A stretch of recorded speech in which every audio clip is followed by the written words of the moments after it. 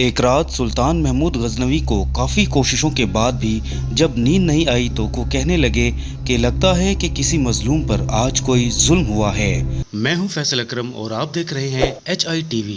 हमारे चैनल को सब्सक्राइब करें और बेल आइकन का बटन दबाएं ताकि हमारी हर आने वाली नई वीडियो आप तक पहुंच सके। तमाम लोग गलियों में फैल जाओ और अगर कोई फरियादी नजर आए तो इसे मेरे पास ले आओ। थोड़ी देर बाद वो सब वापस आकर कहने लगे कि सुल्तान, हमें कोई भी फरियादी नहीं मिला, आप आराम से सो जाएं। सुल्तान को जब फिर भी नींद नहीं आई तो वो कपड़े बदल कर खुद महल के बाहर निकल आए। महल के पिछवाड़े में हरम सरा के नज़दीक इन्हें किसी की फरियाद सुनाई दी। ए अल्लाह, सुल्तान महमूद अपने मुसाहिबों के साथ महल में ऐशो इशरत की ज़िंदगी गुजार रहा है और महल के अकब में मुझ पर यह जुल्म तोड़ा जा रहा है। सुल्तान ने कहा, क्या बात कर रहे हो? मैं महमूद हूँ और तुम्हारी फरियाद रसी के लिए आया हूँ। मुझे बताओ क्या जुल्म हुआ है तुम्हारे साथ? फरियादी ने कहा कि आपके ख्वास में एक शख्स जिसका नाम मैं नहीं जानता हर रात मेरे घर आता है और मेरी बीवी पर जुल्म और सितम करता है। सुल्तान ने पूछा, इस वक्त वो कहाँ है? फरियादी ने कहा, शायद अब चला गया हो। सुल्तान ने कहा कि जब वो दोबारा आए तो फौरन आकर मुझे इत्तला करो। फिर सुल्तान ने महल के दरबान को वो शख्स दिखाया और कहा कि जब भी ये शख्स आए इसे सीधा मेरे पास पहुंचा दो। अगर मैं नमाज की भी हालत में हूँ तो परवाह मत करना।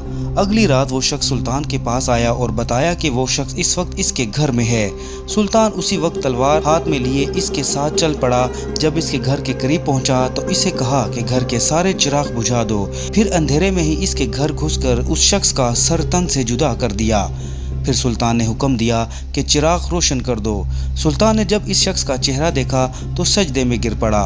फिर घर के मालिक से कहा कि अगर कुछ खाने को है तो ले आओ, मुझे बहुत सख्त भूख लगी है।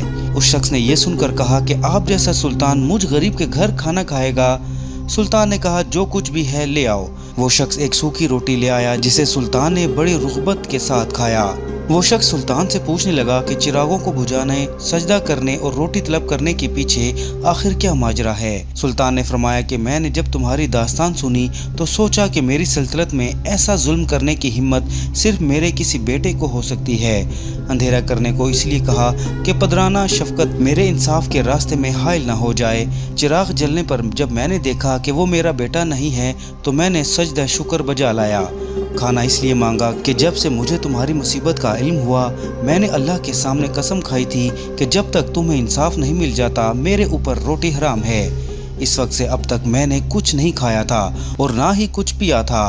तारीख कहती है कि जब हुक्मरान ऐसे होंगे तो इस वक्त उसकी कौम भी तरक्की करेगी। और आज हम पाकिस्तान के लिए खुदावंद करीम से दोनों हाथों को फैलाकर ये दुआ करते हैं कि ए मेरे पाक परवरदिगार, पाकिस्तान इस वक्त तनज़ली की राहों पर गामज़न है। ए मेरे पाक परवरदिगार, पाकिस्तान इस वक्त बहुत सारे अजाबों में घिर चुका है। मेरे पाक परवरदिगार, सुल्तान महमूद की तरह हमें भी कोई ऐसा हुक्मरान अता फरमा जो पाकिस्तान को सीधी राह पर लगा दे। मेरे अल्लाह, तेरे आगे कोई चीज़ भी मायने नहीं रखती।